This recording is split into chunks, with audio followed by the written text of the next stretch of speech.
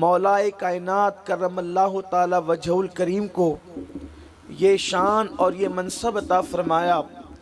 حضرت قاضی ثناء اللہ پانی پتی رحمت اللہ تعالی علیہ اپنی شورِ آفاق تفسیر مظہری میں لکھتے ہیں کہ جب مولا کائنات کی ظاہری طور پر ولادت نہیں ہوئی تھی، یعنی ابھی مولا کائنات دنیا میں تشریف نہ لائے تھے، اس وقت بھی امت محمدیہ کی آمد سے پہلے جتنے انبیاء کی امت تھی، اس لیے کہ ہر نبی کی امت میں اولیاء ہوئے ہیں، کسی نبی کی امت میں ولی کم ہوئے ہیں، کسی نبی کی امت میں ولی زیادہ ہوئے ہیں۔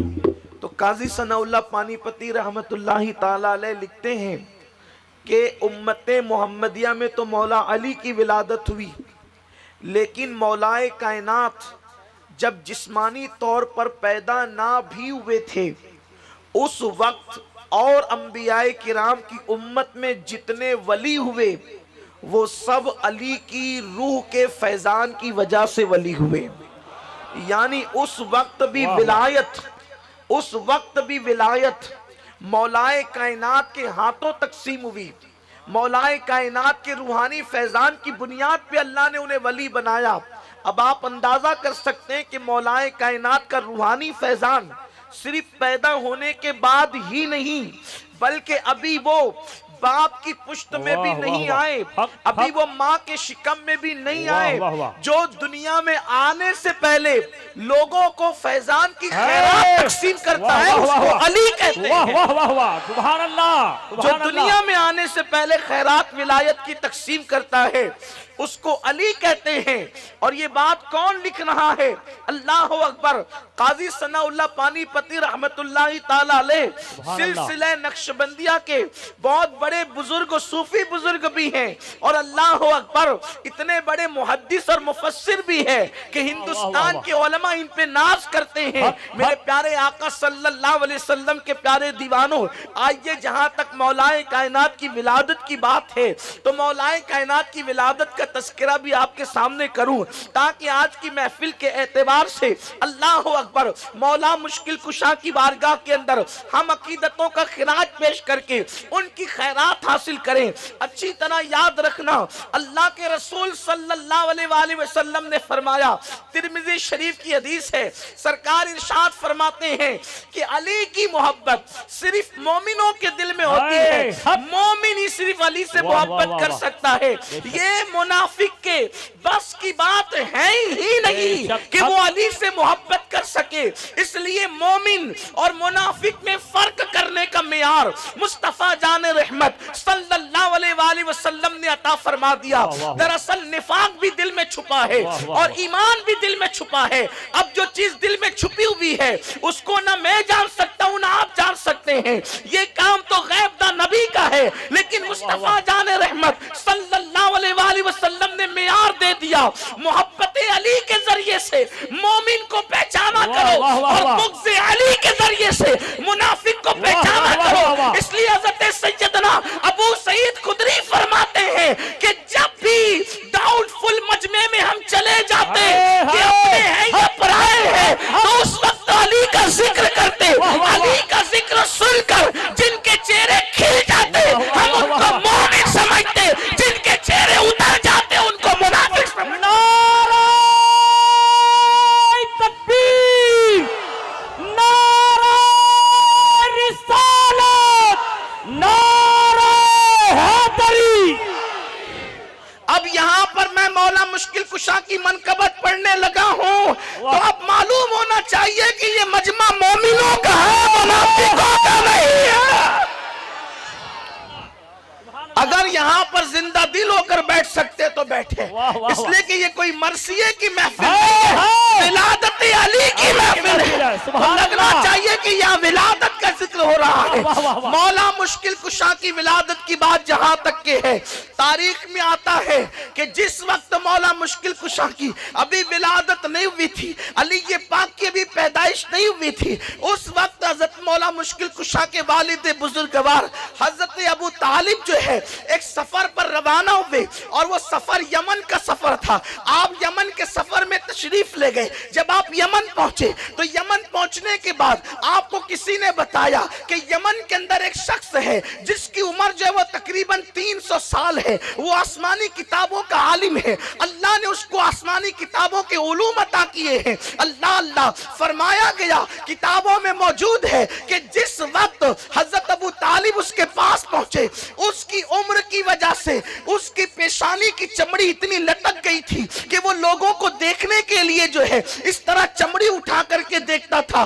300 سال کا انسان کتنی بڑی جو ہے وہ عمر والا ہوگا، لیکن اللہ اکبر، جیسے ہی حضرت ابو طالب پہنچے ہیں اس شخص کے پاس، اس کا نام مشرم بتایا جاتا ہے، اس کے پاس پہنچے تو پہنچنے کے بعد جیسے ہی وہ دیکھتا ہے تو دیکھ کر کے پوچھتا ہے کیا تم مکے کے رہنے والے ہو؟ کیا تم مکے کے رہنے والے ہو؟ آپ نے فرمایا ہاں۔ تو کہا کہ پھر آپ کا نام جو ہے عبد مناف ہوگا اور دنیا آپ کو عمران کہتی ہوگی۔ کہا ہاں یہ بھی ہے۔ تو کہا کہ آپ کا تعلق کیا قریش سے؟ کہا ہاں یہ بھی ہے۔ کیا بنو ہاشم سے؟ کہا ہاں یہ بھی ہے۔ تو کہا کہ آپ کا کوئی بھائی ہے اور اس کا بیٹا، اس کا نام محمد ہے؟ تو کہا یہ بھی ہے۔ تو کہا اگر میں غلطی نہیں کر رہا ہوں تو پھر میں یہ بات ضرور کہوں گا کہ اس کی عمر تقریباً جو ہے 30 سال کے قریب ہونے کو آ گئی ہے، اس لیے کہ ہم نے آسمانی کتابوں میں پڑھا ہے کہ آخری نبی کی عمر جب 30 سال کو پہنچے گی تو اللہ رب العزت اس کے چچا کے گھر میں ایک بیٹا پیدا کرے گا، اس کا نام علی ہوگا۔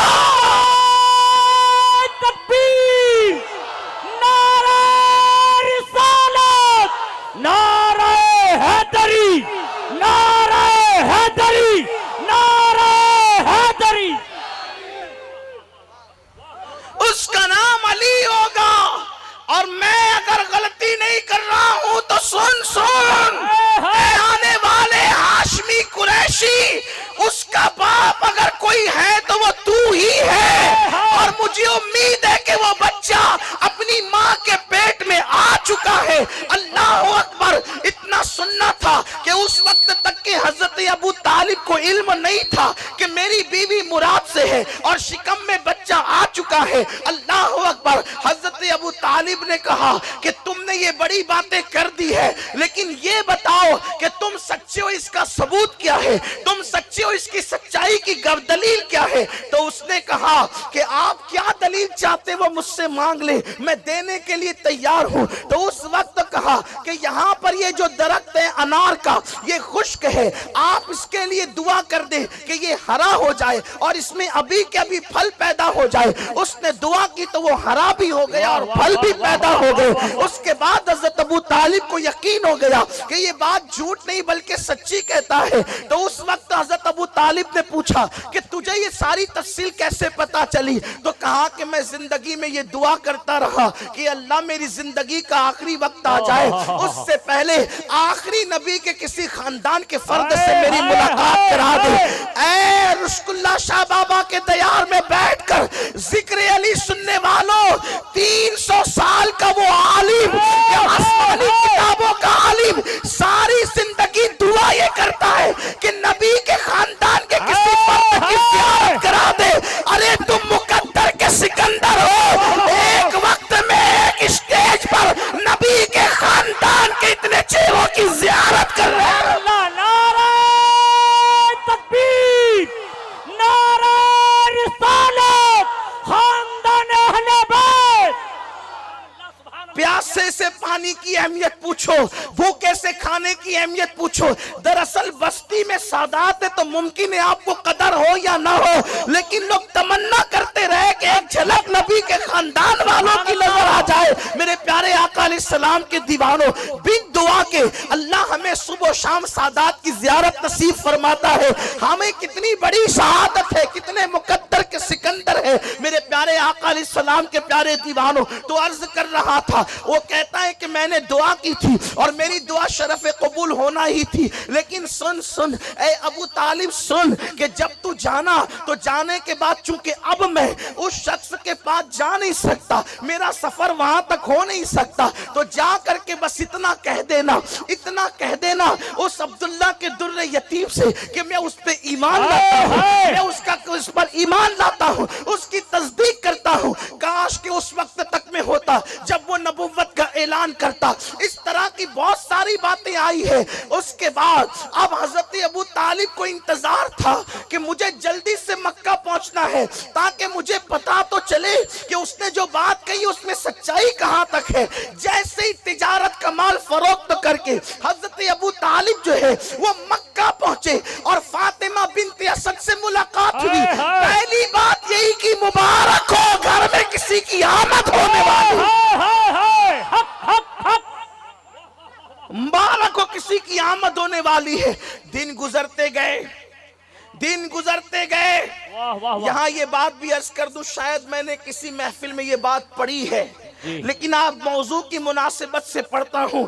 میر سید محمد بلگرامی رحمت اللہ علیہ کے حوالے سے, جب مولائے کائنات اپنی ماں کے پیٹ میں تھے, تھوڑا سا آواز کم کرے, سیٹی مارتا ہے تو ضرورت تھوڑا کی توجہ تبدیل ہوتی ہے, لوگوں کی توجہ تقسیم ہوتی ہے, اس لیے کہ یہاں آواز پر دھیان نہیں, یہاں تو ذکر پر دھیان دینے کی ضرورت. اتنا بھی کم نہیں کر دیں کہ لوگوں کو بھی سمجھ میں نہ آئے. اعتدال کی راہ رکھیں. بہت اچھا مائک آپ کا ہے لیکن کان نہیں پھٹنے چاہیے, آواز دل میں اترنا چاہیے. ایک بار درود شریف پڑھیں آپ. رب صلی وسلم دائما ابدا علی حبیبک خیر الخلق کلہم. صلاۃ ایسے عاشقوں کی طرح ذرا پڑھیں, الصلاۃ والسلام علیک یا رسول اللہ صلی اللہ تعالی علیہ وسلم.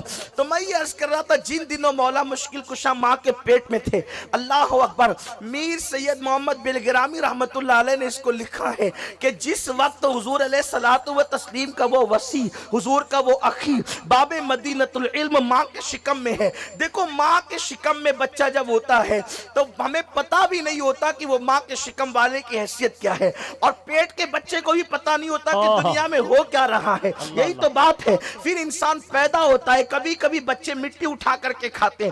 ہم نے بچوں کو پاخانہ اٹھا کر بھی کھاتے ہوئے دیکھا ہے, اس لیے کہ بچے کو بچہ کہتے ہیں, اس لیے کہ اس کو عقل نہیں ہوتی, اس کو شعور نہیں ہوتا, اسے اچھے برے میں تمیز نہیں ہوتی. اگر اس کے سامنے پیسے رکھ دیے جائے اور آگ رکھ دی جائے تو بچہ یہ فرق نہیں کر پاتا کہ آگ کیا ہے اور پیسہ کیا ہے, وہ اپنے نفع اور نقصان میں فرق نہیں کر پاتا. لیکن چونکہ میں مولا مشکل کشا کی منقبت پڑھنے بیٹھا ہوں اور الحمدللہ پوری ذمہ داری سے یہ بات کہنے لگا ہوں, اللہ کا شکر کرتے ہوئے, میں صرف مولا مشکل کشا کی فضیلت اہل سنت کی کتب سے بیان کر رہا ہوں اور ذمہ داری سے بیان کر رہا ہوں. اپنی گفتگو کا ذمہ دار میں خود ہوں بے فضلی تعالی. نہ ہم رافضی ہیں نہ ہم تفصیلی ہیں, ہم پیور اہل سنت غوث پاک کے مسلک پر ہے, رشک اللہ شاہ بابا کے مسلک پر ہے, پابند ہے. ہم پابند ہے اس منبر کی آبرو کے تحفظ کے حوالے سے. درجنوں سادات یہاں پر موجود ہیں. میرے پیارے آقا صلی اللہ علیہ وسلم کے دیوانوں, بچوں کو فرق نہیں ہوتا کہ پاخانہ کسے کہتے ہیں اور مٹھائی کسے کہتے ہیں. بچوں کو شعور نہیں ہوتا کہ پیسے اور آگ میں فرق کیا ہے, بچوں کو شعور نہیں ہوتا کہ نفع نقصان میں فرق کیا ہے. لیکن آؤ علی اعلیٰ کی بات کریں, مشکل کشا کی بات کریں, اس فاتح خیبر کی بات کریں.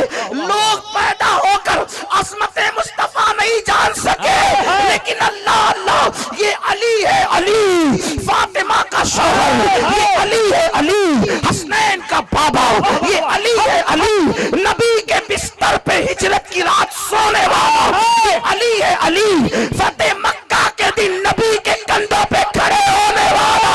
مولا مشکل کشا کہتے ہیں جب نبی نے مجھے اپنے کندھوں پہ کھڑا کیا تو میں اتنا بلند ہو گیا, یہ تصور کرتا تھا کہ ہاتھ اٹھا کر آسمان کا کنارہ چھو سکتا. نعرہ تکبیر, نعرہ رسالت, نعرہ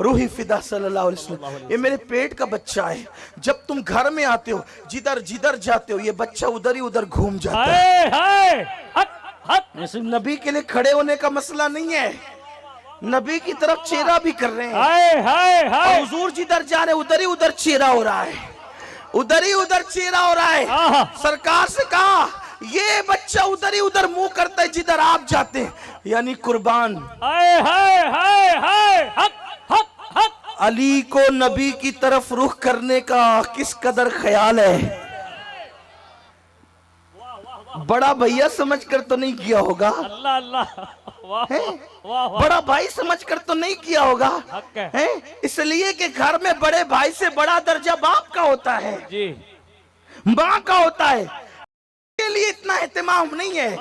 پتا چلا علی تو ماں کے پیٹ سے معرفت لے کر آئے ہیں، علی ماں کے پیٹ سے معرفت لے کر آئے کہ یہ اللہ کے رسول ہیں، سبحان اللہ ماں کے پیٹ میں ادھر ادھر گھومتے ہیں۔ جب کہا نا کہ یہ ادھر ہی ادھر چہرہ کرتا ہے تو سرکار نے کیا جواب دیا؟ فاطمہ بنت اسد، میرے ماں باپ ان پہ قربان، میرے نبی نے فرمایا یہ صرف میری چچی نہیں بلکہ میری ماں بھی ہے۔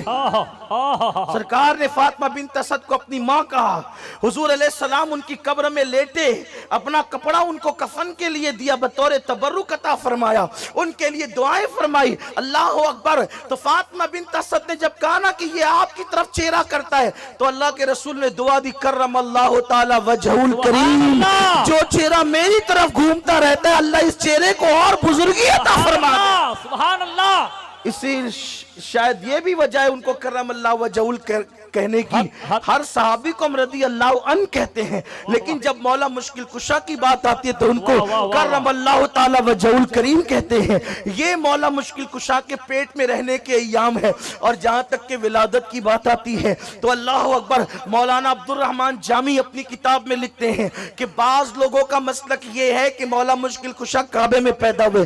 امام حاکم نے اپنی مستدرک میں لکھا ہے، امام حاکم لکھتے ہیں کہ علی یہ مرتضی جوف کعبہ میں یعنی کعبۃ اللہ شریف کے سینٹر میں پیدا ہوئے، علی یہ مرتضی کی ولادت کعبۃ اللہ شریف میں ہوئی ہے۔ اس طریقے سے ازالت الخفا میں شاہ ولی اللہ محدث دہلوی نے لکھا ہے کہ مولا مشکل کشا کعبۃ اللہ شریف کے اندر پیدا ہوئے، اور بھی بہت سارے بزرگوں نے لکھا ہے۔ اور بات یہ ہے کہ روایت کتنی بھی ضعیف ہو، اگر وہ روایت ثابت شدہ ہمارے بزرگوں نے کہہ دیا ہے تو فضائل اعمال میں اس کو قبول کرنے کے اندر جو ہے کوئی انکار نہیں ہونا چاہیے۔ اور بات تو یہ ہے یار، ہم عشق کے بندے ہیں، کیوں بات بڑائی ہے، اللہ اکبر۔ میں ایک بات صرف آپ سے کہنا چاہتا ہوں، اگر آپ کا دل اس پہ مطمئن